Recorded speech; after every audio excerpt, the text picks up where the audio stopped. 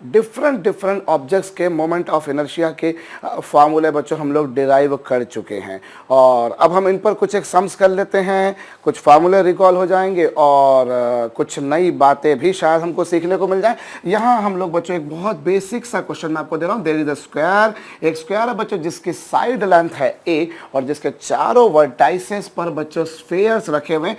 Spheres obviously solid sphere, अगर hollow होते तो हॉलो स्फेयर बोला जाएगा या फिर स्फेरिकल शेल बोला जाएगा, बट ऐसा कुछ नहीं बोला, मतलब समझ गए होंगे कि this is a solid sphere. Solid sphere बच्चों ऐसे स्फेयर है जिनका मास कैपिटल M है और जिनकी रेडियाई है बच्चों B।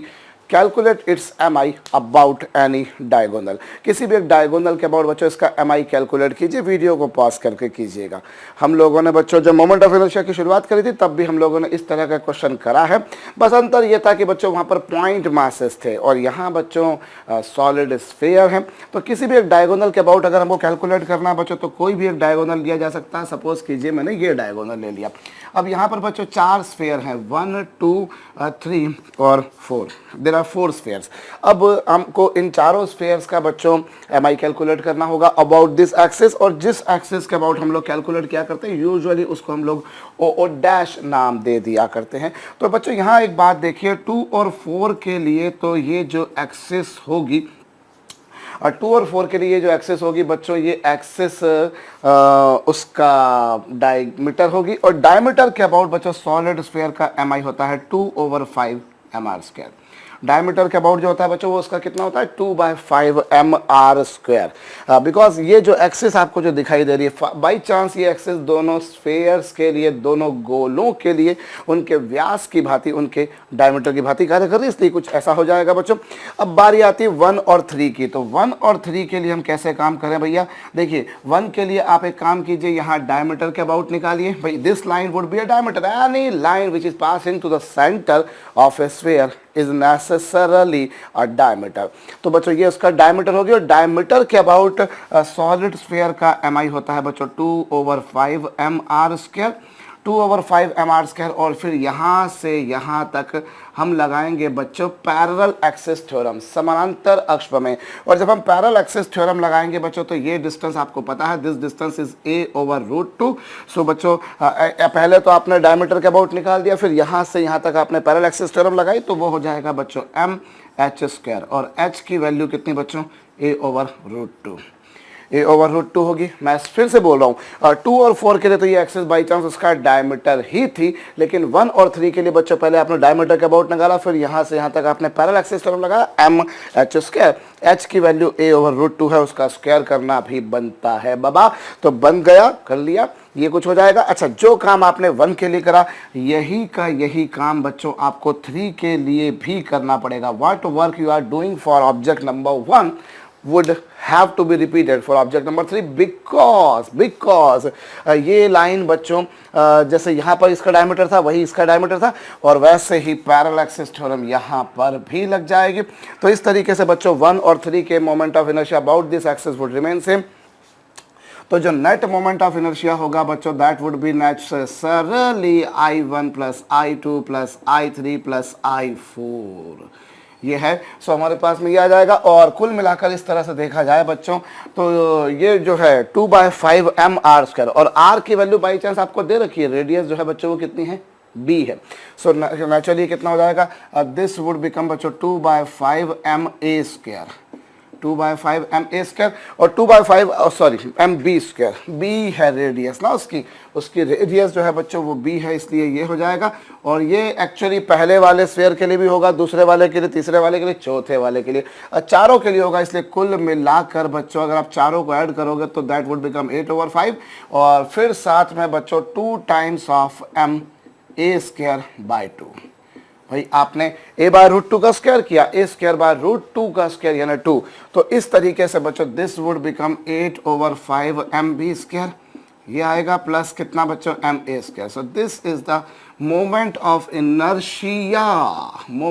Inertia of this system. ये जो सिस्टम आपके पास में आया बच्चों, इस पूरे सिस्टम का अबाउट दिस डायगोनल MI आ जाएगा।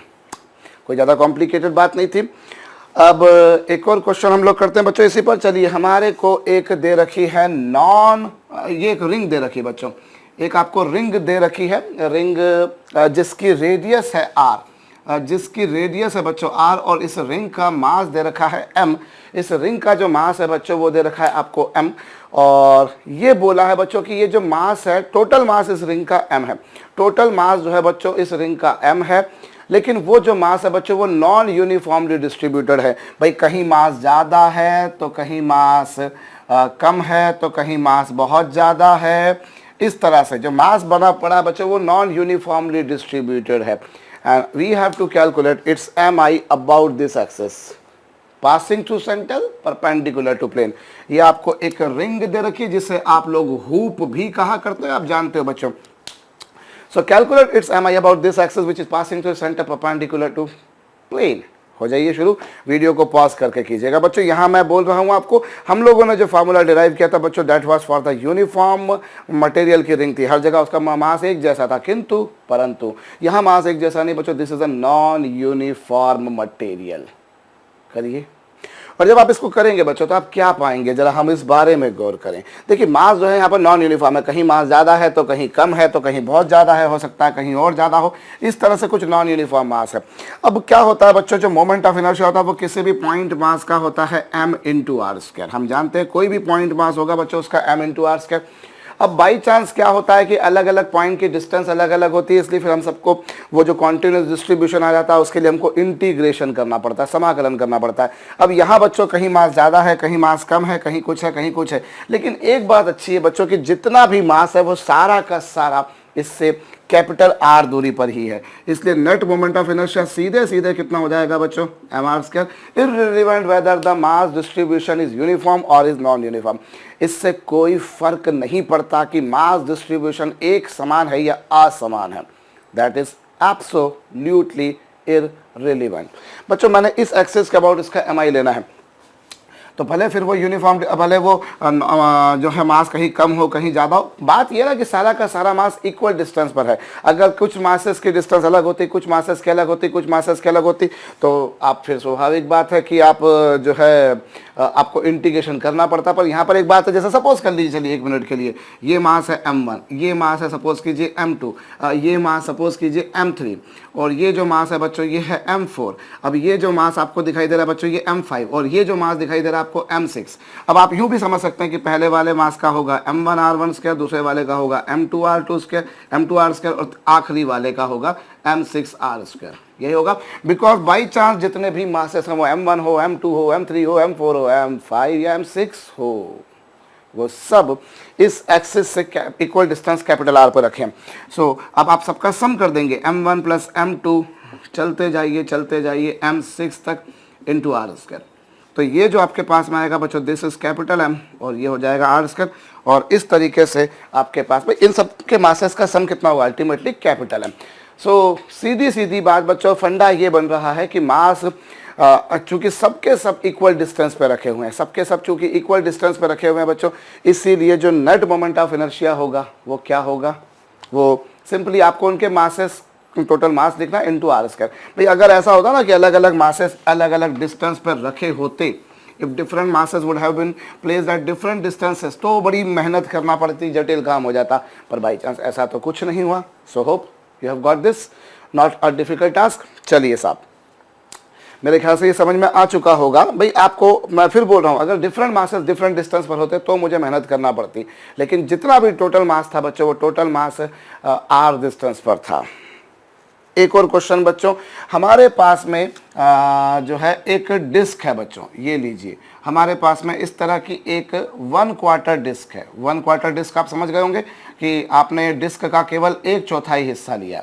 एक 1/4 डिस्क है बच्चों जिसका मास है कैपिटल M, और इसकी रेडियस कितनी बच्चों, कैपिटल R। ये एक डिस्क का 1/4 भाग लिया है आपने, 1/4 circle, you can say 1/4 circle, जिसका मास है बच्चों कैपिटल M और जिसकी रेडियस कैपिटल R है। Calculate its mi about this axis O dash. इस एक्सिस के अबाउट बच्चों इसका mi कैलकुलेट कीजिए। बच्चों आप वीडियो को पॉज करके थोड़ी देर के लिए स्वयं से कीजिए। अब जब मैं यहाँ पर इस क्वेश्चन को सॉल्व करूँगा बच्चों, तो मैं कैसे काम करूँगा इस बारे में हम लोग विचार करते हैं। भाई देखिए, सबसे पहली बात, इसका मास दे रखा है कैपिटल एम, और इसका एरिया कितना होगा, इसका पूरे सर्कल का एरिया होता है pi are square by 4, pi are square by 4 होता है। तो इसकी मास डेंसिटी अगर आप निकालेंगे तो टोटल मास अपॉन इसका एरिया, और एरिया कितना बच्चों, पाई आर स्क्वायर बाय 4। भाई pi are square by 4 area का मास है capital M, pi are square by 4 area का मास है कैपिटल एम, तो यूनिट एरिया का मास इतना हो जाएगा। अब हम यहाँ पर एक काम करें बच्चों, यहाँ पर हम इससे स्मॉल आर डिस्टेंस पर एक पतली सी इस तरह की एक रिंग ले लें। एग्जैक्टली पूरी रिंग तो नहीं बनकर आएगी, ऑब्वियसली वो एक पूरी रिंग तो बनकर नहीं आएगी, वो जो बनकर आएगी आपके पास में वो बच्चों एक क्वार्टर रिंग बनकर आएगी, क्वार्टर रिंग बनकर आएगी। और उसका मास अगर मैं निकालूं, मैं बच्चों यहाँ से स्मॉल आर की दूरी पर, स्मॉल आर की दूरी पर बच्चों डी आर रेडियस की इस तरह से एक पतली सी रिंग मान लो, जो अभी तक हम लोग करते आ रहे हैं वही सब कुछ मैं कर रहा हूं। तो इस रिंग की लेंथ कितनी होगी बच्चों, पहले तो आप इसकी लेंथ निकालिए, इसकी लेंथ निकालिए, फिर इसका एरिया निकालिए। तो इसका एरिया क्या होगा, इसका एरिया होगा बच्चों उसकी लेंथ, और लेंथ कितनी होगी, पूरे सर्कल की लेंथ होती है 2 पाई आर, तो इसकी लेंथ होगी बच्चों 2 पाई आर अपॉन 4, ये उसकी लेंथ हो गई इनटू उसकी थिकनेस हो गई। सो बच्चों ये उसका एरिया हो जाएगा।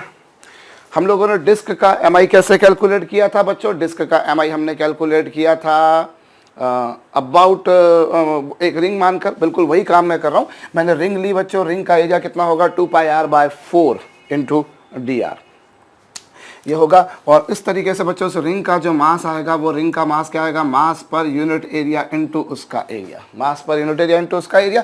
और इस तरीके से देखा जाए बच्चों तो this is 4m over pi capital R square, this is mass per unit area which we call as sigma. और डी ए का जहाँ तक सवाल है बच्चों तो वो है 2 pi R over 4 into D are. और बच्चों यहाँ पर 4 से 4 कैंसल, पाई से पाई कैंसल, कुल मिलाकर बच्चों ये आ जाएगा 2m over r square small r dr. So this is the mass of this ring. This ring, अब इस रिंग का इस एक्सिस के अबाउट, ये जो एक्सिस है बच्चों वो कैसी एक्सिस है, जो इसके प्लेन के परपेंडिकुलर है। अगर मैंने नहीं बोला उस समय तो मैं क्षमा चाहूंगा, अभी समझ लीजिएगा बच्चों, ये जो एक्सिस है वो इसके प्लेन के परपेंडिकुलर है, इसके अबाउट आपको एमआई कैलकुलेट करना था। अब बाई चांस बच्चों इस रिंग का अगर मैं इस एक्सिस के अबाउट एमआई निकालूं तो क्या होगा, यहाँ पर देखिए ring is of course composed of N number of particle, ring पर एन नंबर ऑफ पार्टिकल है, लेकिन एक अच्छी बात यह बच्चों कि इस पर वो जितने भी पार्टिकल्स हैं वो सब के सब इससे आर दूरी पर ही हैं। All these particles are kept at equal distance small R from the ring. So बच्चों उनका जो मोमेंट ऑफ इनर्शिया होगा वो D M into R square होगा। और इस तरीके से नेट एम आई निकालना है तो वो इंटीग्रेशन डी आई होगा। यहाँ पर डी एम की वैल्यू बच्चों ऑलरेडी आप निकाल चुके हो, 2m upon r square into r d are. और लिमिट क्या होगी बच्चों 0 से कैपिटल आर। और ये तो चलिए आपके पास में डी एम की वैल्यू है, और इनटू में फिर आर स्क्वायर भी आएगा, इनटू में आर स्क्वायर भी आएगा, क्योंकि ये आर स्क्वायर ये रहा ना, तो वो आपको करना है। अब मैं डायरेक्ट कर रहा हूँ भैया, इंटीग्रेशन आप करते रहिएगा, हमने बहुत सारा काम कर लिया इस दौरान। सो आंसर जो आ रहा है आपके पास में बच्चों वो सॉल्व करके देखिए, you are finding that answer would be necessarily 1/2 mr square. So this is the moment of inertia. This is the moment of inertia of this quarter ring about this axis which is passing to center and perpendicular to plane. Simple सी बात है, because here in the previous part the mass distribution was non-uniform, but fortunately all the masses were kept at equal distance capital R from the axis about which moment of inertia had to be found. But here क्या हो रहा है बच्चों, यहाँ पर सभी अलग अलग डिस्टेंस पर थे, यूनिफॉर्म डिस्ट्रीब्यूशन तो था बट अलग अलग डिस्टेंस पर थे। और जब डिस्टेंस अलग अलग आती तो अवश्यंभावी रूप से जब वेरिएशन आता है तो इंटीग्रेशन साथ में चलकर आता है, हम जानते हैं, और उसी आधार पर हमने काम किया। अब बच्चों एक खोपड़ी तो आपने ये लगाई, लेकिन मैं छोटी सी खोपड़ी इसमें अलग इस्तेमाल करता हूँ। सपोज कीजिए बच्चों ये पूरी डिस्क है, ये पूरी डिस्क है, ये वाली एक्सेस, ये पूरी डिस्क है बच्चों, सॉलिड डिस्क है, आप जैसा कि देख पा रहे हैं, दिस इज अ डिस्क। और अगर इसका मास बच्चों कैपिटल एम है, इसकी रेडियस कैपिटल आर है, तो इसके सेंटर से जाने वाली प्लेन के परपेंडिकुलर एक्सिस के अबाउट इसका जो एम आई होता है बच्चों दैट इज 1/2 mr स्क्वायर। इस एक्सिस के अबाउट इसका जो एम आई होगा बच्चों, ये वाली जो एक्सिस आपको दिखाई दे रही है, जो कहाँ से जा रही है, इसके केंद्र से जा रही है और इसके तल के लंबवत है, that axis which is passing to center perpendicular to plane. बच्चों उस एक्सिस के अबाउट इसका एम आई होता है 1/2 mr स्क्वायर होता है। अब बच्चों जरा थोड़ा सा भेजा लगाइए, ये तो आप जानते हैं पहले से। अब अगर मैं इस डिस्क के मास को m की जगह बच्चों मैं 4m कर दूं, अगर मैं इस डिस्क के मास को m की जगह बच्चों 4m कर दूं, रेडियस को वैसा का वैसा ही रखूं, मैं इसके मास को 4m कर दूं, रेडियस को r का r ही रखूं, तो बच्चों क्या हो जाएगा, यहाँ जो मोमेंट ऑफ इनर्शिया उसके फार्मूले में भी m would get replace by 4m।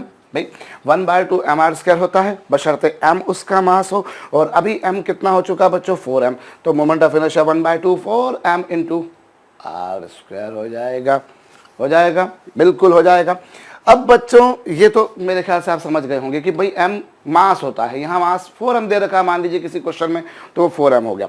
अब अगर मैं, स्वाभाविक बात है बच्चों, इस डिस्क को अगर मैं कट करूं तो ये कितने पार्ट्स में, कितने 4 पार्ट्स में कट मतलब क्वार्टर पार्ट्स में कट हो सकती है बच्चों, ये 4 क्वार्टर पार्ट्स में कट होगी, एक इसका प्लस एक इसका प्लस एक इसका प्लस एक इसका। अगर मैं इसे 4 क्वार्टर सर्कल, अगर मैं इसे क्वार्टर सर्कल में ब्रेक करूं तो it would be cut into 4 identical parts, और वो जो 4 पार्ट्स होंगे बच्चों उनमें से हर किसी का मास कितना होगा, m ही होगा, बिकॉज टोटल मास आपने माना था 4m, सो हर किसी का मास कितना होगा बच्चों, इसका भी m, इसका भी m, इसका भी m और इसका भी m होगा। अब आपने उनमें से केवल एक ही पार्ट को ही लिया, ये लीजिए, you are going to take 1 part only, ये लीजिए बच्चों। एक बात आप समझिएगा, आपको अभी मैंने क्वेश्चन यही दिया ना कि किसी, ये देखिए आप इसमें से एक पार्ट निकालेंगे तो कुछ ऐसी सिचुएशन या ऐसी सिचुएशन आएगी, अभी इसी पार्ट का आपको एमआई निकालना है। अब आप थोड़ा सा यहाँ पर खोपड़ी लगाइए बच्चों, देखिए 4m मास है तो उसमें से m इसका, m इसका, m इसका, m इसका होगा, और चूंकि चारों पार्ट्स आइडेंटिकल हैं, इसलिए एक बात तो आप उससे भी पहले समझें, ये जो नेट मोमेंट ऑफ इनर्शिया होगा बच्चों, ये पहले पार्ट का मोमेंट ऑफ इनर्शिया, दूसरे पार्ट का मोमेंट ऑफ इनर्शिया, तीसरे पार्ट का मोमेंट ऑफ इनर्शिया और चौथे पार्ट के मोमेंट ऑफ इनर्शिया के सम के बराबर होगा भाई। दिस मोमेंट ऑफ इनर्शिया जो मैं निकाल रहा हूं वो इसका प्लस इसका प्लस इसका प्लस इसका, और बाई चांस एक अच्छी बात ये बच्चों कि चारों जो पार्ट्स हैं वो एवरी एस्पेक्ट में आइडेंटिकल हैं, उनके मासेस सेम, उनके साइजेस सेम, और उनकी जो शेप्स हैं वो भी बिल्कुल सेम। इसी कारण से क्या होगा बच्चों, जितना इसका उतना इसका, उतना इसका उतना इसका, सो मैं बोल सकता हूं बच्चों this would be 4 times of I1, because what is the value of I1 is the value of I2 is the value of I3 and naturally that would be the value of I4। So I1 plus I1 plus I1 plus I1 would become 4I1। तो ये हो चुका बच्चों। इस तरीके से अगर आप किसी भी एक पार्ट के अगर अबाउट निकालें तो डायरेक्ट आपके पास में कितना आ रहा है बच्चों, 1/2 mr², 1/2 mr²। होप आपको बात समझ में आई है बच्चों। देखिए आपको किसी भी एक पार्ट का निकालना है, आपको इसका या इसका या इसका निकालना है। आपने एक बात देखी बच्चों, सिमेट्री से सभी के सेम थे तो इसको मैंने 4 टाइम्स ऑफ I1 लिख दिया, 4 से 4 कैंसल होकर यही कुछ आ रहा है। कहने का मतलब ये बच्चों, मैं कोशिश हमेशा एक ही करता हूं कि मैं फंडामेंटल्स को बनाऊं, फंडामेंटल्स यहाँ रहते हैं और हम एग्ज़ाम में सिर्फ इसी को लेके जाएंगे और कुछ नहीं हमारे साथ जाएगा। भैया क्या लेके आया था और क्या लेके जाएगा, जो गीता में कहा है बच्चों वो हमारी एग्ज़ाम हॉल के लिए भी लगता है। वो एग्ज़ाम हॉल जो है वो हमारी युद्ध भूमि है। अगर हम कुछ लेके जाते हैं तो वो यही लेके जाते हैं और कुछ नहीं लेके जाते। हम कॉपीज़ में जो लिख रहे हैं हम वो नहीं लेके जाएंगे। We will not bring our copies into our examination hall, we will bring our self, physically, mentally, emotionally, conceptually, fundamentally, logically. So देखिए बच्चों, यहाँ जो मोमेंट ऑफ इनर्शिया आ रहा है, आप किसी भी एक पार्ट का निकाल रहे हैं तो ऑब्वियसली वो 1/2 mr² कराएगा। तो मेरे मतलब कहने का ये जो बच्चों यहाँ पर देखिए, कई बार क्या होता है जैसे हम लोगों ने बॉडीज़ के मोमेंट ऑफ इनर्शिया निकाले, हमने सिलेंडर का, कोन का, ट्रायंगल का, सर्कल का, डिस्क का, हॉलो सर्कल का, वगैरह वगैरह तमाम तरह के आप लोगों ने वहीं कैलकुलेट करे बच्चों। कई बार क्या होता है कि वो पूरी की पूरी बॉडी ना देते हुए उसका कुछ पार्ट दे देंगे, जैसा कि यहाँ पर किया। So one approach you have this which is a white very lengthy one, but अगर थोड़ा सा खोपड़ी का इस्तेमाल करा, और ये भी मैंने आपको समझाने में इतना समय लगाया, अदरवाइज अक्लमंद लोगों के सामने तो जब मैं ये लिखता गया हूँगा, आप लोगों में से जो भी लोग देख रहे होंगे तो खट से दिमाग में घंटी बज गई होगी, बादशाह सर ये बताने वाले क्योंकि उन्होंने थोड़ा सा ज़्यादा अलर्टनेस बताई। और इसी कारण से क्या होता है बच्चों, इसी कारण से जो है भैया हमारे को जो यहाँ पर बात कहूँ मैं अगर आपसे, तो आप डायरेक्टली एक स्टेप में आप काम कर सकते थे भैया कि मैं पूरी डिस्क का अगर मास 4m मान लेता तो पूरे डिस्क का मैं होता 1/2 4m इंटू r²। अब नेचुरल बात है कि 4 पार्ट्स में कट करूँगा तो हर किसी का मास m होगा, जैसा कि क्वेश्चन में दे रखा है, और रेडियस वही रहेगी तो हर किसी पार्ट का सेम होगा। बस वही फंडा लगाया, खट आंसर। मुझे समझाने में जरूर देर लगी लेकिन करने में देर नहीं लगी बच्चों। फंडा बना लीजिए, अगली बार से जब भी कभी कुछ मटेरियल आपको कट करके दे दिया जाए तो अपने को ज़्यादा खोपड़ी नहीं लगाने का, इस तरह से बड़ी सिंपली आप हो जाएगा। या फिर आप इससे बोल सकते हैं बच्चों super position theorem. Super position theorem जो आप लोगों ने जिस पर सेंटर ऑफ मास पर भी क्वेश्चन कराएंगे, अगर कुछ पार्ट कट कर दिया जाए तो क्या होगा। सो ये मेरे ख्याल से आपको समझ में आया है बच्चों। मैं इसे मिटा कर एक प्रश्न और देता हूं। और चलिए साहब, यहाँ पर आपको बच्चों एक दे रखा है सॉलिड स्फीयर ले लेते हैं। चलिए ये लीजिए, सॉलिड स्फीयर दे रखा है बच्चों। एक सॉलिड स्फीयर दे रखा है जिसका मास है कैपिटल एम। एक सॉलिड स्फीयर है बच्चों जिसका मास कितना है, कैपिटल एम, और जिसकी रेडियस कितनी बच्चों, कैपिटल आर।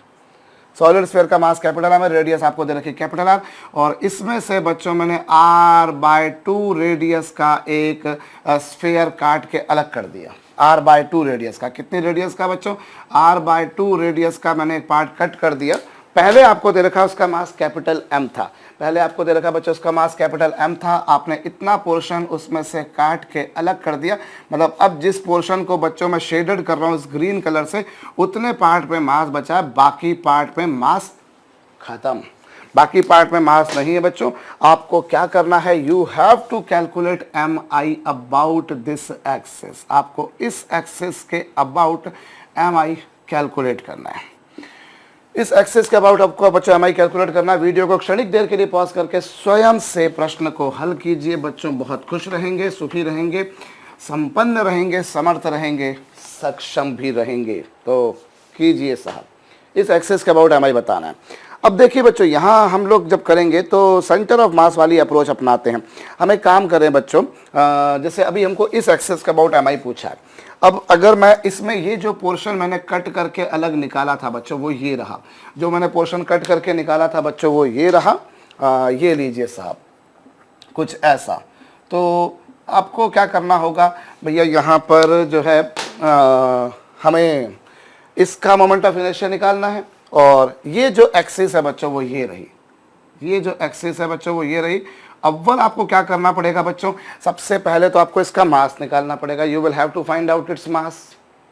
आपको इसका मास निकालना पड़ेगा, क्योंकि अभी आपने जो पोर्शन, भाई सेंटर ऑफ मास वगैरह में क्या होता था, सेंटर ऑफ मास वगैरह में हम लोग जो है इन दोनों को मिलाकर फिर एक नई बॉडी बनाते थे। सुपरपोजिशन थ्योरम डिट्टो वही मेथड अपने को अप्रोच मारनी है बच्चों। इसका मास निकालिए, और अक्लमंद इंसान बहुत ज़्यादा देर नहीं लगाएगा, खट से काम करेगा। भाई पूरे रेडियस आर का मास कैपिटल एम था, तो इसका मास जो होगा वो m/8 होगा, m/8 होगा। थोड़ी सी खोपड़ी लगा लीजिए, डायरेक्टली आप बोल सकते हैं। और अगर नहीं समझ में आता है तो कोई बात नहीं भैया, हर मर्ज की दवा है। भाई हमारे पास में इसकी जो मास डेंसिटी होगी वो होगी मास अपॉन वॉल्यूम, या तो फिर मैं वही पूरी मेथड लगाऊंगी साहब 4/3 पाई कैपिटल आर क्यूब। वॉल्यूम का मास कैपिटल एम है तो यूनिट वॉल्यूम का मास इतना हो जाएगा। तो ये तो चलिए इतने वॉल्यूम का मास हो गया, या मास डेंसिटी आ गई। अब मास डेंसिटी निकाल देने के बाद आप क्या कर रहे हैं, या फाउंड द मास डेंसिटी। अब मास डेंसिटी निकाल देने के बाद बच्चों आप क्या करिए, आप इतने पार्ट का मास निकालिए। तो इतने पार्ट का मास क्या होगा बच्चों, इतने पार्ट का मास होगा इसका डेंसिटी इंटू 4/3 पाई इंटू कितना बच्चों, r/2 का क्यूब। अब यहाँ से रो की वैल्यू यहाँ रखिए बच्चों, आराम से इत्मीनान से करिए, मैं कोई जल्दबाजी की बात नहीं कर रहा आपसे। आप सॉल्व करके देख लीजिए, यू विल बी फाइंडिंग इतना हो जाएगा। और रेडियस हाफ कर दी, वॉल्यूम आपको पता है यार r³ के प्रोपोर्शनल होता है। मास जो होता है बच्चों that is proportional to r³ and if you have half the radius undoubtedly बच्चों mass would get also halved. So ये लीजिए साहब, ये आपके पास में उस बेसिस पर m/8 आ गया। अब इस वाली बॉडी का इस एक्सिस के अबाउट mi निकालिए बच्चों। मैं इसको मानता हूं फर्स्ट बॉडी जिसका mi आपको बताना है, जिसको सेकंड बॉडी मान लिया। अब सेकंड बॉडी का अगर इस एक्सिस के अबाउट mi निकालूं बच्चों तो कैसे निकालूंगा, this line is a tangent on this sphere. ये लाइन बच्चों इस स्फीयर पे एक टेंजेंट है। तो अव्वल तो आप क्या करेंगे बच्चों, इसके डायमीटर के अबाउट इसका mi निकालेंगे। डायमीटर के अबाउट बच्चों होता है 2/5 mr², और m कितना है बच्चों, इसका m/8 है, इसका m/8 है, 2/5 mr², और इसका जो r है बच्चों वो r/2 है। सो दिस वुड बिकम बच्चों 2/5 m/8 और r/2 का स्क्वायर। भाई ये जो है आपके पास में, ये रेडियस जो आपके पास में आ रही है बच्चों, वो कितनी आ रही है, r/2 आ रही है ना। तो ये आ चुका साहब। प्लस यहाँ पर बच्चों पैरेलल एक्सिस थ्योरम भी लगाना पड़ेगी। पैरेलल एक्सिस थ्योरम लगाएंगे तो कुछ ऐसी कहानी आएगी बच्चों, यहाँ से यहाँ तक की जो डिस्टेंस है, as you can see from the diagram, it is certainly equals to r/2। So पहले आपने इसके डायमीटर का अबाउट निकाला, फिर बच्चों यहाँ से यहाँ तक की पैरेलल एक्सिस थ्योरम लगाई, 2/5 m इतना है, r इतना है, और फिर वही मैंने गलती यहाँ पर करी बच्चों, मैंने जो मास है वो इसका कितना है, m/8 है।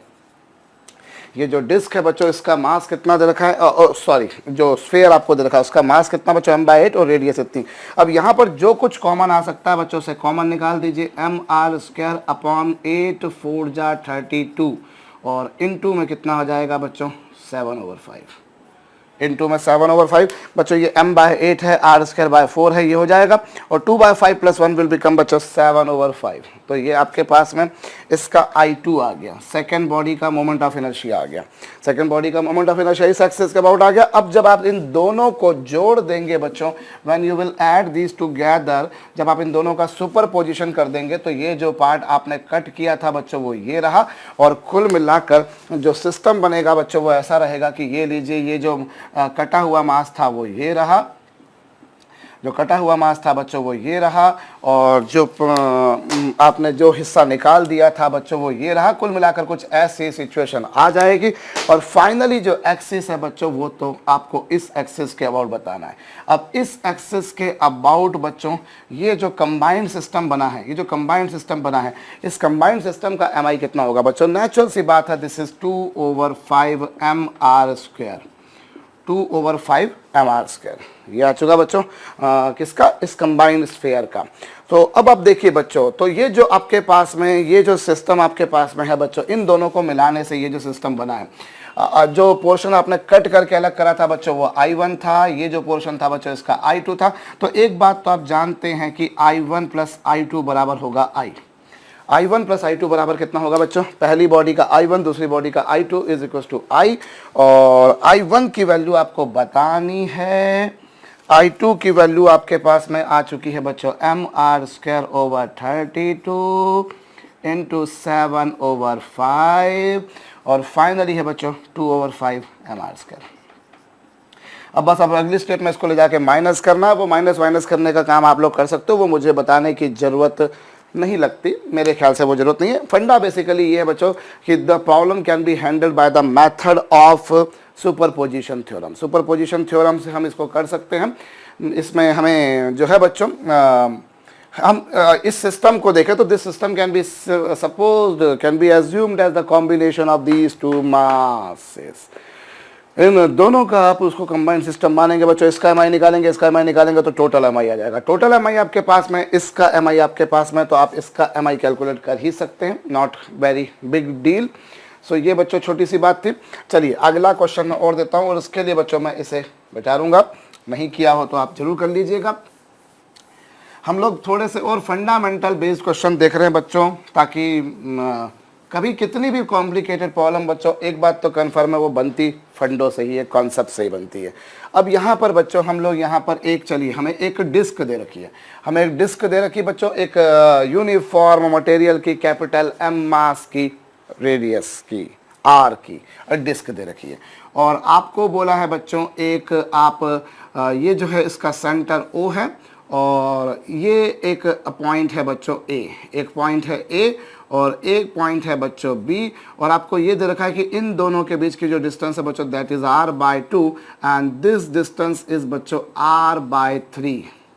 यहाँ पर ये O क्या है, इसका सेंटर है, इसकी ये जो पॉइंट है बच्चों आपको दिख रहा है r/3 डिस्टेंस पर, और ये r/2 डिस्टेंस पर है। आपको बच्चों इन दोनों एक्सिस के अबाउट A से पास होने वाली एक्सिस और B से पास होने वाली एक्सिस के MI का डिफरेंस आपको बताना है। आपको बच्चों A से पास होने वाली एक्सिस और B से पास होने वाली एक्सिस के MI का डिफरेंस बताना, जबकि ये गिवन है बच्चों कि दोनों बार जो एक्सिस है वो इसके प्लेन के परपेंडिकुलर ही है। A से जो पास हो रही है एक्सिस बच्चों वो भी उसके प्लेन के परपेंडिकुलर, B से जो एक्सिस पास हो रही है बच्चों वो भी उसके प्लेन के परपेंडिकुलर। तो क्षणिक देर के लिए वीडियो को पॉज करके आप खुद से कीजिए, अब देखिए बच्चों, ए से पास होने वाली एक्सिस के अबाउट एम कितना होगा? ए से पास होने वाली एक्सिस के अबाउट कितना होगा बच्चों? सबसे पहले तो आप ओ से पास होने वाली एक्सिस के अबाउट निकालिए। सो ओ से पास होने वाली एक्सिस के अबाउट बच्चों डिस्क का होता है 1/2 mr²। जिसको नहीं पता हो भैया मैं बता दूं, मैंने इसमें डिस्क बोला है 1/2 mr²। प्लस यहाँ पर mh² लगाएंगे बच्चों, तो ये आपके पास में ये आ जाएगा। ये तो हो गया ए के लिए, और यही काम मैं बी के लिए करूंगा बच्चों। पैरेलल एक्सिस थ्योरम लगाऊंगा 1/2 mr² प्लस mh²। और h की वैल्यू कितनी बच्चों? h की वैल्यू है r/2। h की वैल्यू r/2 है।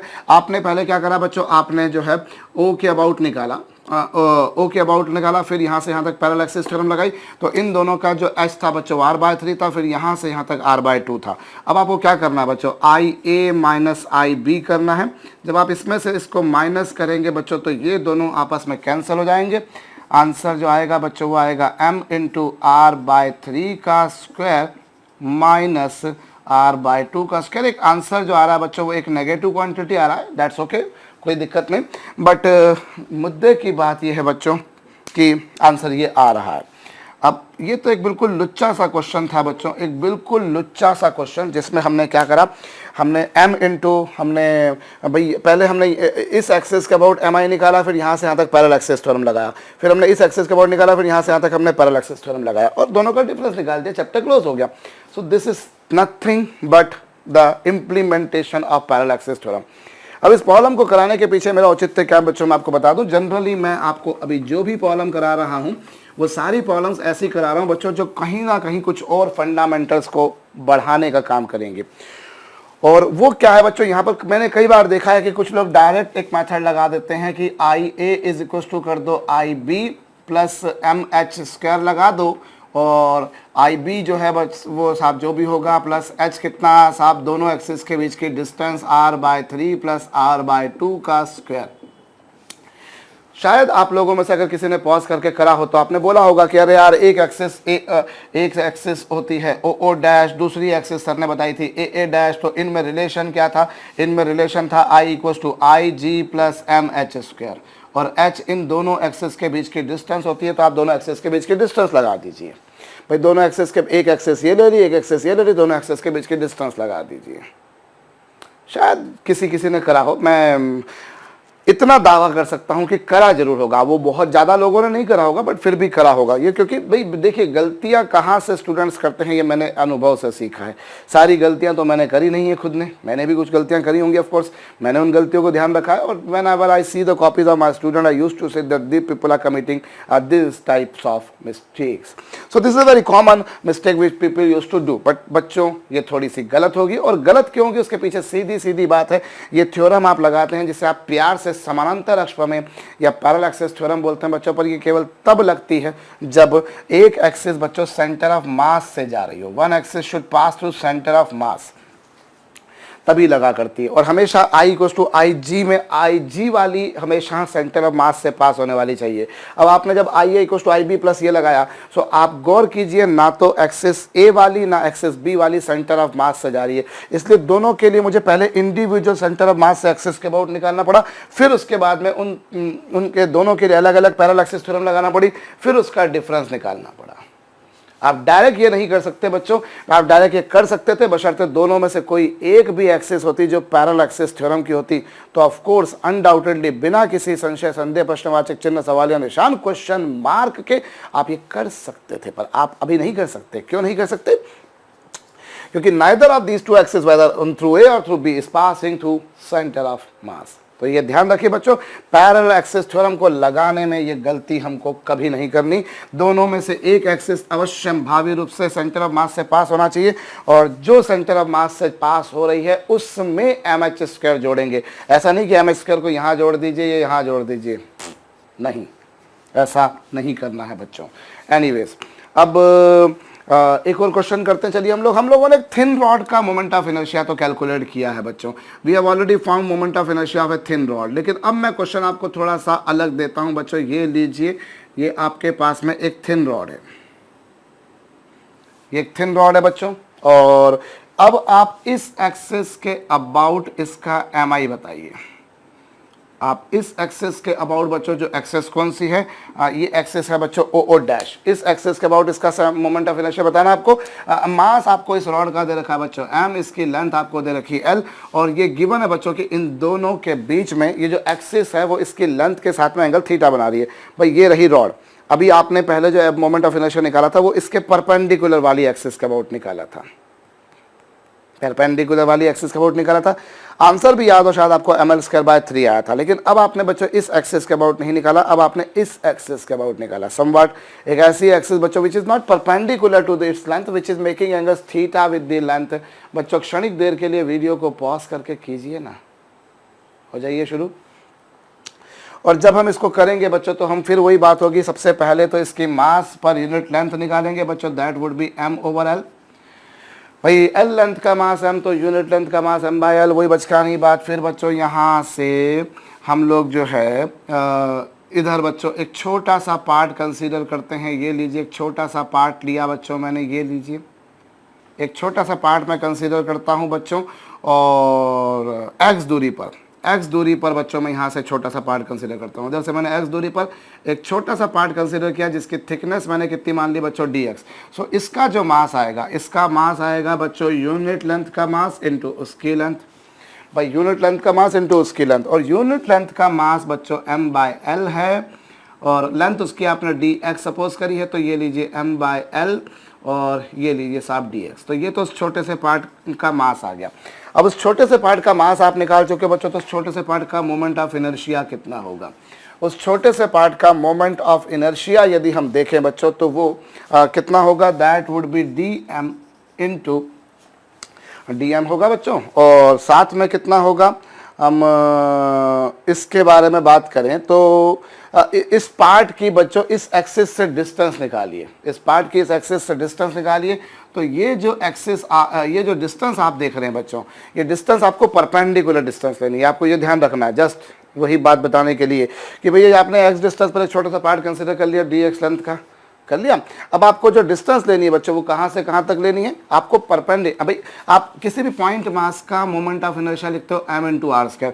सो कई सारे लोग ये बच्चों गलती कर देंगे कि लिख देंगे इस छोटे से पार्ट का moment of inertia dm/x²। Sir ये जो छोटा सा पार्ट आपको दिखाई दे रहा है सर, ये इस एक्सिस से सर ये x दूरी पर है, ऐसा ही बोलेंगे। लेकिन बच्चों क्या ये परपेंडिकुलर डिस्टेंस है? नहीं।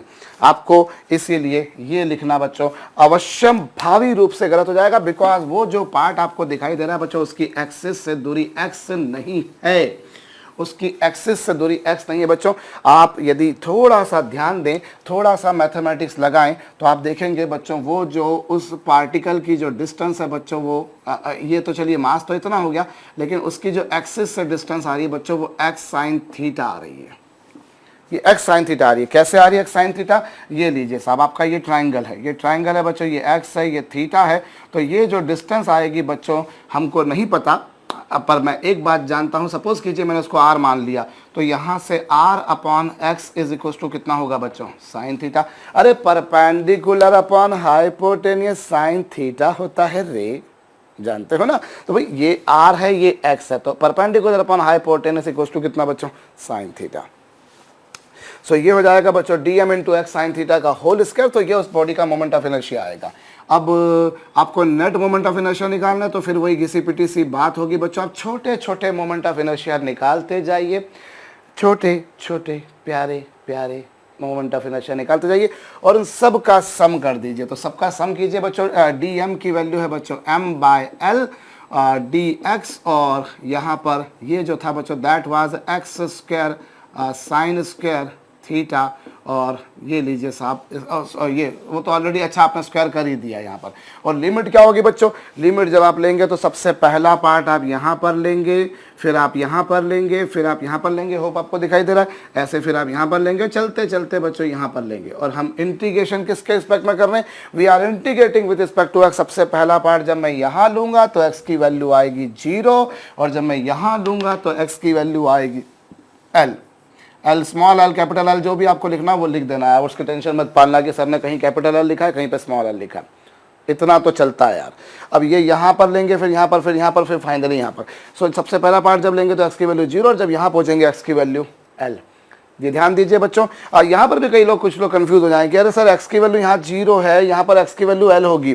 पर कई लोग हो सकता है कि ये वाली डिस्टेंस काउंट करने लग जाए कि सर यहाँ पर एल नहीं होगी, देखो सर ये एल साइन थीटा आएगी।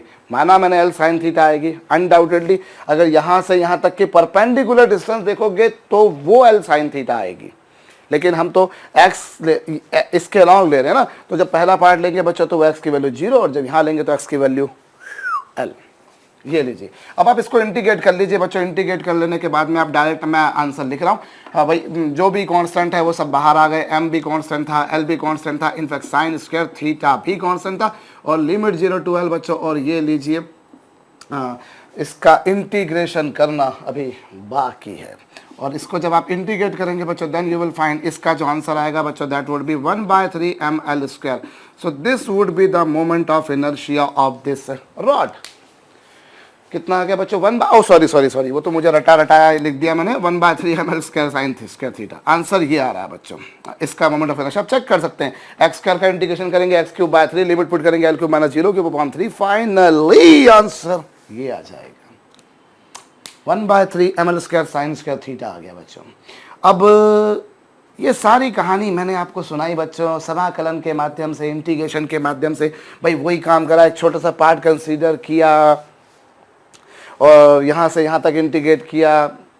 भैया ये डिस्टेंस x थी और हमको एक्चुअली परपेंडिकुलर डिस्टेंस लिखनी होती है, तो हम ये वाले डिस्टेंस लिखेंगे और वो ये वाले डिस्टेंस जो आ रही है बच्चों perpendicular upon hypotenuse sine theta, उससे r की वैल्यू निकाली,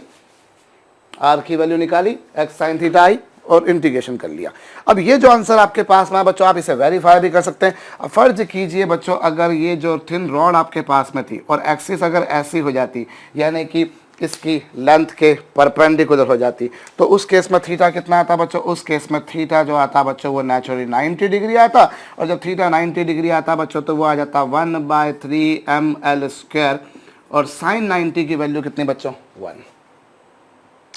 साइन 90 की वैल्यू 1 होती है और आंसर कितना आएगा बच्चों? 1/3 ml स्क्वायर आएगा। और आपको ध्यान हो तो बच्चों अगर किसी रॉड का किसी ऐसी एक्सिस के अबाउट एम आई निकालते थे जो उसके परपेंडिकुलर होती थी तो उसके अबाउट उसका एम आई बच्चों 1/3 ml स्क्वायर ही आता था।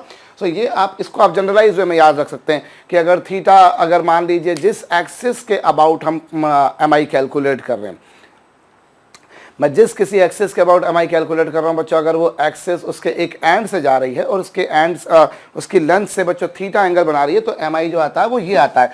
और अगर स्पेसिफिकली वो परपेंडिकुलर हो जाए तो आप थीटा की जगह 90 रख दीजिए, आंसर ये वाला आ जाएगा। तो this is the more generalized formula. अब बच्चों ये सब सारा काम हमने कर लिया, हमने वेरीफाई भी कर लिया, इट्स ओके। बट मैंने जैसा कहा बच्चों I believe in building concepts. अब यहाँ आप देखिए ये सारी कहानी बच्चों में एक झटके में कर सकता था। कैसे झटके में कर सकता था जरा समझना। ये एक्सिस थी ओ डैश और ये आपके पास में रॉड थी बच्चों, ये रही ठीक। इस रॉड की लेंथ कितनी थी? L थी। अब रॉड की लेंथ L थी तो ये जो डिस्टेंस आएगी बच्चों, ये अगर ये रॉड की लेंथ L है, ये एंगल थीटा है, सो ये जो डिस्टेंस आएगी बच्चों ये L साइन थीटा आएगी। अरे भाई नहीं समझ में आया हो तो हर मर्ज की दवा है मेरे पास। सपोज कीजिए भैया ये हो गया R, ये हो गया L, ये हो गया थीटा। सो वही घिसी पिटी सी बात बच्चों R/L इक्वल्स टू कितना? Sine theta. ये है बच्चों। सो अब आप देखिए आपके पास में जब है different points of rod are located at different distance from the axis. इस रॉड के बच्चों डिफरेंट पॉइंट एक्सिस से डिफरेंट डिस्टेंस पर है, कुछ पास में है, कुछ दूर है, कुछ दूर है, कुछ दूर है और कुछ बहुत दूर है। नेचुरल सी बात है। और अब परपेंडिकुलर वाली सिचुएशन में लिखते थे बच्चों 1/3 ml स्क्वायर, क्योंकि अधिक से अधिक कितनी डिस्टेंस तक जाते थे आप? L डिस्टेंस तक जाते थे। भाई किसी पार्टिकल की डिस्टेंस कम है, किसी की ज़्यादा है, किसी की और ज़्यादा है, किसी की और ज़्यादा। So different particles were located different distance from the axis. So आप 1/3 ml स्क्वायर लिखते थे बिकॉज मैक्सिमम से मैक्सिमम आप L डिस्टेंस तक जा रहे थे। लेकिन अब क्या होगा बच्चों? अब भी तो मैं वही काम डायरेक्ट कर सकता हूँ कि अब मैं अधिक से अधिक कितनी डिस्टेंस तक जा रहा हूँ? L साइन थीटा डिस्टेंस तक। बस इतना सा लॉजिक लगा लेते, आपका काम हो जाता। नहीं समझ में आया? जिनको नहीं आया बच्चों मैं फिर बोल रहा हूँ, देखिए आप जब ऐसे ही रखते थे रॉड एक्सिस के बिल्कुल परपेंडिकुलर, तब आप 1/3 ml स्क्वायर लिखते थे। और आप इसको इस तरह समझिए ना कि L वहाँ पर आपकी मैक्सिमम से मैक्सिमम डिस्टेंस थी। इस एक्सिस से L जो थी बच्चों वो मैक्सिमम से मैक्सिमम डिस्टेंस थी। ठीक। अब इस बार क्या हुआ? इस बार मैक्सिमम से मैक्सिमम डिस्टेंस कितनी आएगी? L sine theta. तो बस 1/3 m that L has been replaced by L sine theta. हो गया कि नहीं? देखिए आप, पिछली बार जब एक्सिस परपेंडिकुलर होती थी तब आप मैक्सिमम डिस्टेंस L तक जाते थे, और जब आप परपेंडिकुलर नहीं ले रहे हैं तो आप उस केस में बच्चों maximum distance L sine theta तक जा रहे हैं। इसलिए L साइन थीटा का स्क्वायर आपको करना आपका कर्तव्य, फर्ज, धर्म बन जाता है, और कर्तव्यों को निभाना भी पड़ेगा। तो होप ये समझ में आया होगा बच्चों। So either you approach this whole integration method, और थोड़ा सा भेजा लगाइए, थोड़ा सा फंडा लगाइए, आपका काम और ज़्यादा आसानी से होगा कि हम मैक्सिमम से मैक्सिमम कितने डिस्टेंस तक जा रहे हैं बच्चों, 1/3m into that maximum distance square. Finish. तो बच्चों जो भी प्रॉब्लम्स मैं करा रहा हूँ, मैं हमेशा कोशिश यही करता हूँ कि मैं बहुत आसान सी प्रॉब्लम्स को ही कराऊं, लेकिन ऐसी प्रॉब्लम कराऊं जो हमें कुछ ना कुछ सीख दें, कुछ ना कुछ हमें शिक्षा दें, क्योंकि वही प्रॉब्लम बच्चों बहुत कॉम्प्लेक्स प्रॉब्लम्स को सॉल्व करने में हेल्पफुल होती हैं। इसी पर्पज से चलिए क्वेश्चन कर लेते हैं। चलिए साहब, हमको थिन रॉड दे रखे हैं बच्चों, ये 3 थिन रॉड्स दे रखी हैं, जिन तीनों के मासेस हैं बच्चों m। There are 3 rods, masses m हैं, which have been made to make an equilateral triangle, और तीनों की लेंथ, एक काम कीजिए बच्चों, a ले लीजिए, तीनों की लेंथ आप क्या कर लीजिए, a ले लीजिए। Calculate mi about any side, किसी भी एक साइड के अबाउट बच्चों आप mi कैलकुलेट कीजिए। वीडियो को बच्चों क्षणिक देर के लिए पॉज करके आप कीजिए, किसी भी एक साइड के अबाउट mi कैलकुलेट कीजिए। तो चलिए, कोई भी एक साइड के अबाउट बताना है बच्चों, तो एक काम करते हैं हम लोग, यहाँ पर इसको एक्सेस मान लेते हैं। ये लीजिए कोई भी एक साइड, भाई 3 sides obviously, you can take this side, you can take this side, you can take this side, any of this sides you can take. मैंने ये एक्सेस साइड ले ली। अब बच्चों मैं यहाँ पर इसको नाम देता हूँ 1, इसको नाम देता हूँ 2, और इसको नाम देता हूँ 3। अब यहाँ पर हम क्या करेंगे बच्चों, इस केस में इसका mi कैलकुलेट करना है। तो हम पहली बात तो देखें बच्चों, अब 1 वाला जो मास है बच्चों वो पूरा का पूरा एक्सिस पर ही रखा हुआ है, इसलिए उसकी एक्सिस से डिस्टेंस 0 होगी, इसलिए उसका mi बच्चों 0 होगा। भाई एज आई टोल्ड, रॉड्स जो हम लोग लिया करते हैं बच्चों, वो यहाँ पर थिन रॉड लेते हैं, पतली पतली छड़ लेते हैं, बिल्कुल थिन रॉड लेते होते हैं। तो ये लीजिए साहब, ये थिन रॉड थी।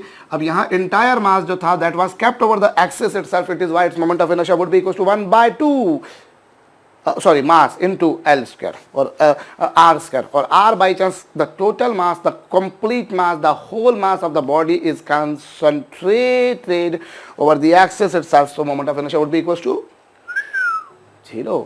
अब बारी आती है बच्चों 2 और 3 की। तो 2 और 3 के लिए क्या करोगे, 2 और 3 के लिए आप बिल्कुल सिमेट्री का फायदा उठाइए बच्चों, 1/3m, और मैंने क्या बताया आपको, परपेंडिकुलर डिस्टेंस देखिए, या तो आप वही वाला फार्मूला लगाइए कि ये जो है बच्चों इस एक्सिस से कितनी डिग्री का एंगल बना रही है, 60 डिग्री का, ये भी जो है बच्चों इस एक्सिस से कितनी डिग्री का एंगल बना रही है, 60 डिग्री का। सो 1/3m और a साइन 60 का स्क्वायर, ये लीजिए भाई। आप 2 और 3 का सिमेट्री से आप सोच सकते हैं दोनों का सेम होगा। अब ये दोनों जो रॉड्स हैं बच्चों वो एक्सिस के साथ में, अभी आपने देखा ना भैया, ये आपने रॉड ली थी, ये आपने एक्सिस दी थी, एंगल थीटा था, तो 1/3m L स्क्वायर, और L कितना बाई चांस, रॉड की लेंथ कितनी बच्चों, a है, और एंगल जो बन रहा है बच्चों वो 60 डिग्री बन रहा है, this angle is 60 degree, this angle is 60 degree, 1/3m L square, और L की वैल्यू कितनी बच्चों, a साइन 60, ऐसा ही कुछ है। तो बच्चों ये 2 का आ गया, ये 3 का आ गया। अदरवाइज आप डायरेक्ट भी कर सकते थे बच्चों। 2 और 3 के लिए अगर हम देखें तो देखिए, मैंने एक सिंपल लॉलीपॉप सी बात बताई है बच्चों, 1/3m तो लिखना ही लिखना है, और परपेंडिकुलर डिस्टेंस, और जैसा कि आप जानते हो दो अधिक से अधिक कितनी डिस्टेंस जा रही है, तो ये वाली जो डिस्टेंस होती है बच्चों, ये आपको अब रट जाना चाहिए। ये जो डिस्टेंस होती है बच्चों, this distance is √3/2।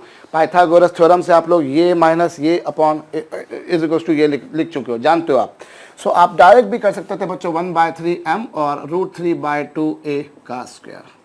So you can approach by this formula, you can approach by this method कि हमको मैक्सिमम से मैक्सिमम कितनी दूरी तक जाना है वो लगाइए, कितनी मैक्सिमम से मैक्सिमम डिस्टेंस तक जाना है। तो आप चाहें तो वो L साइन थीटा कर लीजिए, या फिर समबडी में से, सर अगर मैं 60 डिग्री की जगह ये एंगल 120 डिग्री लिख दूं तो, बिकॉज सर आप अगर रॉड को देखें सर, तो यहाँ से वो 60 डिग्री बना रहा है और यहाँ से एंगल सर वो 120 बना रहा है, तो sir should I right 60 degree और 120 डिग्री। अनडाउटेडली बच्चों, अगर एक जगह पर एंगल थीटा है तो दूसरी जगह पर 180 माइनस थीटा होगा ही होगा, ऑब्वियस सी बात है। पूरी लाइन पर एंगल होता है 180 डिग्री। अब उसमें से इधर थीटा गया तो इधर 180 माइनस थीटा जाने का है ना बाबा, है कि नहीं? बिल्कुल है। तो अगर 60 है तो इधर 120 होगा। So somebody may get confuse sir whether I should write 60 degree और should I write sir 120 degree. अब उसके पास में बैठा हुआ कोई स्टूडेंट तो बोले एक्यूट एंगल लेते हैं, एक्यूट एंगल, ऑब्ट्यूस नहीं लेना। देख सर ने जो डायग्राम बनाया उसमें एक्यूट एंगल लिया, ऑब्ट्यूस नहीं लेना। अरे बेटा लोगो, तुम्हारे को अगर एक्यूट लो या ऑब्ट्यूस लो कोई फर्क नहीं पड़ता, बिकॉज साइन 60 की वैल्यू जो होती है बच्चों, साइन 120 की वैल्यू भी वही होती है भाई। साइन 180 माइनस थीटा की वैल्यू साइन थीटा ही होती है। So don't get confuse whether I right sine theta और साइन 180 माइनस थीटा, दोनों की वैल्यू बिल्कुल सेम होगी भाई। साइन 60 की वैल्यू भी √3/2 और साइन 120 की वैल्यू भी 120 की वैल्यू भी बच्चों √3/2 ही होगी। सो ये थोड़ा सा भेजा लगाने का है बाबा, भेजा लगाइए तो काम होगा। काम जल्दी करना है तो खोपड़ी चाहिए, और काम देर से करना है तो फिर आप देखिए चीज़ों को पहले अच्छा स्ट्रॉन्ग कर लीजिए, फंडामेंटल्स अच्छे स्ट्रॉन्ग कर लीजिए, उसके बाद में आप देखिए गाड़ी दौड़ती है। वरना ये एक एक प्रॉब्लम को करने में हम लोग बच्चों पहले 10-10 जो अभी जो प्रॉब्लम हम लोग 2 मिनट में, 3 मिनट में, 5 मिनट में शायद कर पा रहे हैं, उन्हीं प्रॉब्लम को पहले जब हम फंडामेंटल्स बनाते हैं तो हमें आधा घंटा देना पड़ता है। इत्मीनान से समझिए, चीज़ों को दिमाग में बिठाइए, उसके बाद में उनको इम्प्लीमेंट करना सीखिए। अगर एग्जाम में सक्सेस पानी है बच्चों तो सबसे पहले आपकी सबसे पहली जो चीज़ होती है वो होती है आपके कॉन्सेप्ट्स, आपके fundamentals. If they are strong nobody can beat you. हम लोग आगे बढ़ते हैं बच्चों, और मैं थोड़ा सा इसमें और आपको बात बताता हूँ। इसी पर एक और क्वेश्चन कर लेते चलिए। हमें बच्चों यहाँ पर इस तरह से एक रॉड ये दे रखी है बच्चों, एक रॉड ये दे रखी है। दोनों रॉड्स बाई चांस बिल्कुल सेम मास की हैं, सेम लेंथ है। दोनों रॉड्स का मास कितना बच्चों m, और दोनों रॉड की लेंथ भी कितनी बच्चों l, और दोनों 90 डिग्री के एंगल पर रखी हैं। ये थिन रॉड्स दे रखी हैं आपको, दोनों के मास m, दोनों की लेंथ l। बच्चों आपको बच्चों जो है इस वाली एक्सिस, ये कौन सी एक्सिस है? ये इनका एंगल बायसेक्टर है, इनका कोणार्धक, कोणार्धक समझते होंगे, which is बायसेक्टिंग angle in 2 equal parts. आपको इस एक्सिस के अबाउट बच्चों इसका MI बताना है। कीजिए। हमें बच्चों इन दोनों रॉड्स का, इन एक्सिस के भाई ये एक पूरा सिस्टम आपको दे रखा है, दोनों रॉड का मास m है, दोनों रॉड की लेंथ l है। इस एक्सिस के अबाउट आपको MI बताना। वीडियो को क्षणिक देर के लिए पॉज करके फटाफट कीजिए।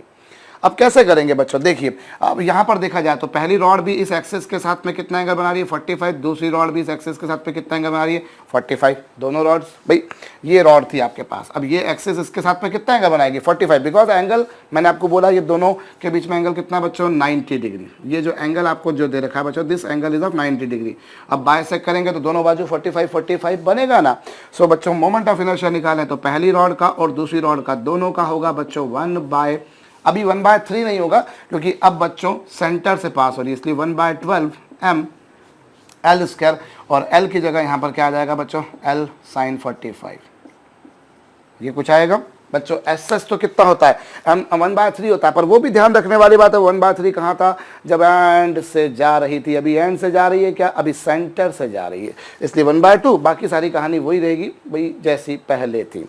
सो l sin 45 का स्क्वायर कर देंगे, पहली का आ जाएगा, और ऐसे ही दूसरी का आ जाएगा। नेट मोमेंट ऑफ इनर्शिया आप निकालेंगे बच्चों तो वो इन दोनों का सम हो जाएगा, और इन दोनों का सम निकालेंगे बच्चों तो मेरे ख्याल से वो 1/12 ml² ही आएगा। इसे वेरीफाई कर लीजिएगा whether I have made it correct और रॉन्ग। तो बच्चों यहाँ आपने दोनों का निकाल दिया, 45 का एंगल बन रहा था इसलिए कुछ ऐसा हो जाएगा।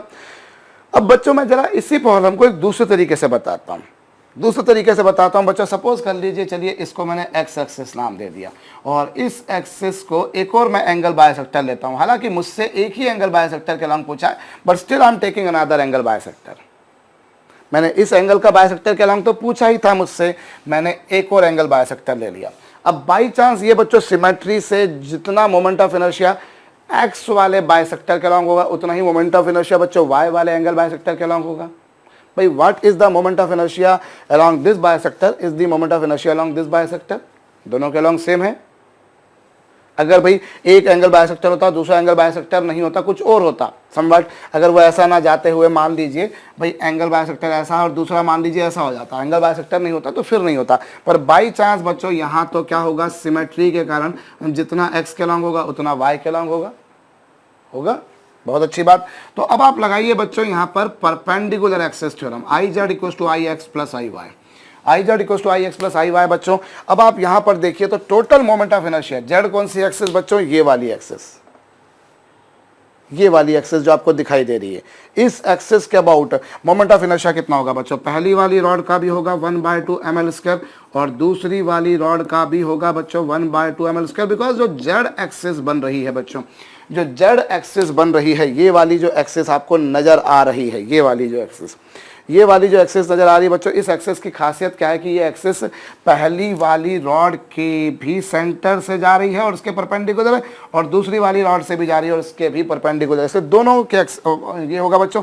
और ये बाई चांस दोनों सेम है, इसलिए ये हो जाएगा बच्चों 2ix। सॉल्व कर लीजिए, ix की वैल्यू वापस से वही चाह रही है 1/12 ml²। भाई इस एक्सिस के अबाउट अगर देखा जाए तो इस रॉड का होगा 1/12 ml² और इसका भी होगा ये, तो मतलब कुल मिलाकर जेड एक्सिस के अबाउट क्या होगा बच्चों, पहले का इतना दूसरे का इतना, is to twice ix। Solve कीजिए आंसर, ये लगाइए बच्चे। कई लोगों ने लगा लिया होगा, मैं ऐसा नहीं बोल रहा कि भैया मैं ऐसी कोई बातें बता रहा हूँ जो किसी दूसरे ग्रह से चलकर आई हैं इसी ग्रह की, इसी ही प्लैनेट की हैं, लेकिन कुछ लोग कर लेते हैं, कुछ लोग नहीं करते हैं। जो नहीं कर पाते मैं उनको कराना चाहता हूं, जो कर सकते हैं भैया सैल्यूट टू देम, बट आगे भी करते रहना पड़ेगा। एक प्रॉब्लम को, दो प्रॉब्लम को करने या ना करने से आपके रिजल्ट डिसाइड नहीं होता। एनीवेज, तो मेरे ख्याल से काफ़ी कुछ हम लोगों ने कॉन्सेप्चुअल पढ़ा बच्चों। एक और क्वेश्चन कर लेते हैं, चलिए। बड़ा सिंपल सा क्वेश्चन मैं आपको दे रहा हूं, जो ऑफ कोर्स एक फंडे की रिकॉलिंग होगी बच्चों, कि ये आपके पास में एक राइट एंगल ट्रायंगल है बच्चों। This is a right angle triangle. अब बच्चों ये साइड जो उसकी लेंथ, साइड की लेंथ रखी 30 सेंटीमीटर, इसकी लेंथ रखी बच्चों 40 centimetre. This is a right angle triangle. Suppose कीजिए ये एक्सिस ABC है और आपको बोला है कि AB के अबाउट इसका MI है बच्चों IAB, BC के अबाउट इसका MI है बच्चों IBC और CA के अबाउट इसका MI है बच्चों ICA। AB के अबाउट इसका MI कितना IAB, BC के अबाउट कितना IBC और CA के अबाउट कितना बच्चों ICA। अब आपसे पूछा है बच्चों इनमें से कौन सा ऑप्शन करेक्ट है। IAB is equals to IBC is equals to ICA, एक बात। दूसरा बच्चों IAB, तीसरा कुछ ऐसा है बच्चों। और इनमें से करेक्ट ऑप्शन आपको छांटना है, तो बताने का काम आपको करना है भैया, खुद से कीजिए और फिर आगे वीडियो को प्ले करके आप देख सकते हैं कि आपने जो किया है वो सही किया है, गलत किया है या नहीं किया है। नहीं करने की नौबत तो तभी आएगी ना जब आप करेंगे ही नहीं तो। सो बच्चों मुझे इसमें से कौन सा ऑप्शन करेक्ट होगा मुझे बताना है। वीडियो को पॉज करके करिएगा बच्चों, और जब करेंगे आप तब आप एक बात पाएंगे कि जो मोमेंट ऑफ इनर्शिया है बच्चों, वो AB का अगर देखा जाए, BC का अगर देखा जाए, CA का अगर देखा जाए, कुछ बुद्धू लोग हो सकते हैं जो ये आंसर लगा दें कि साहब तीनों के अबाउट सेम होगा, क्योंकि प्लेट तो वही की वही है यार, प्लेट तो वही की वही है। तो आप इस ऐसा कर दीजिए। पर बच्चों ये तो अवश्यम भावी रूप से गलत है, बिकॉज मोमेंट ऑफ इनर्शिया बच्चों हम लोगों ने तीन बातों पर डिपेंडेंट देखा है। मोमेंट ऑफ इनर्शिया हम लोगों ने देखा है बच्चों, मास पर डिपेंड करता है, डिस्ट्रीब्यूशन ऑफ मास पर डिपेंड करता है और एक्सेस पर।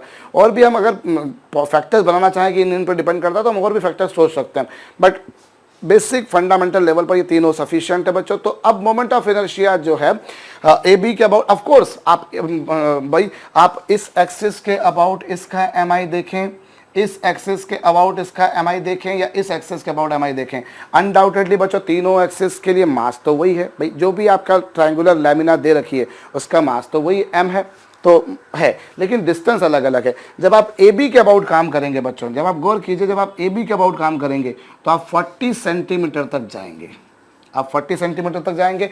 जब आप BC के अबाउट काम करेंगे बच्चों तब आप 30 सेंटीमीटर तक जाएंगे। और यहाँ ए बी में 40 सेंटीमीटर तक, बी सी में 30 सेंटीमीटर, और सी ए में अगर आप देखें बच्चों तो सी ए में आप जो डिस्टेंस तक आएंगे भाई, सी ए में आप यहाँ से यहाँ तक की डिस्टेंस पर आएंगे। और अभी 1 मिनट के लिए आपको ये डिस्टेंस नहीं पता ये कितनी होगी, you don't know what would be this distance, आपको नहीं पता ये डिस्टेंस कितनी होगी, लेकिन आप एक बात तो जानते हो कि ये जो भी डिस्टेंस होगी it would be necessarily less than 30 centimetre, वो 30 सेंटीमीटर से कम होगी। क्यों? क्योंकि this is a right angle, और राइट एंगल के सामने की जो साइड होती है ना बच्चों, वो हाइपोटेनियस होती है। राइट एंगल के सामने की साइड हाइपोटेनियस होती है, और hypotenuse is the largest side of any right angle triangle. So अगर ये 30 सेंटीमीटर है तो इसकी वैल्यू 30 सेंटीमीटर से कम होगी।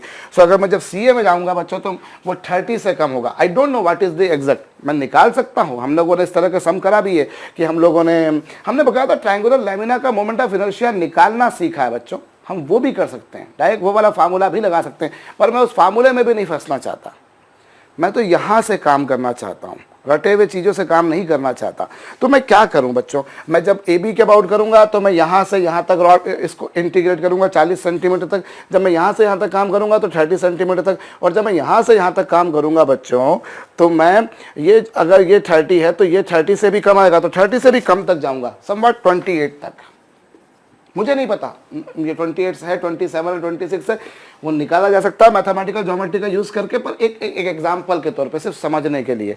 अब मोमेंट ऑफ इनर्शिया जो होता है बच्चों that is given by m r square. वो एम आर स्क्वायर है बच्चों, है।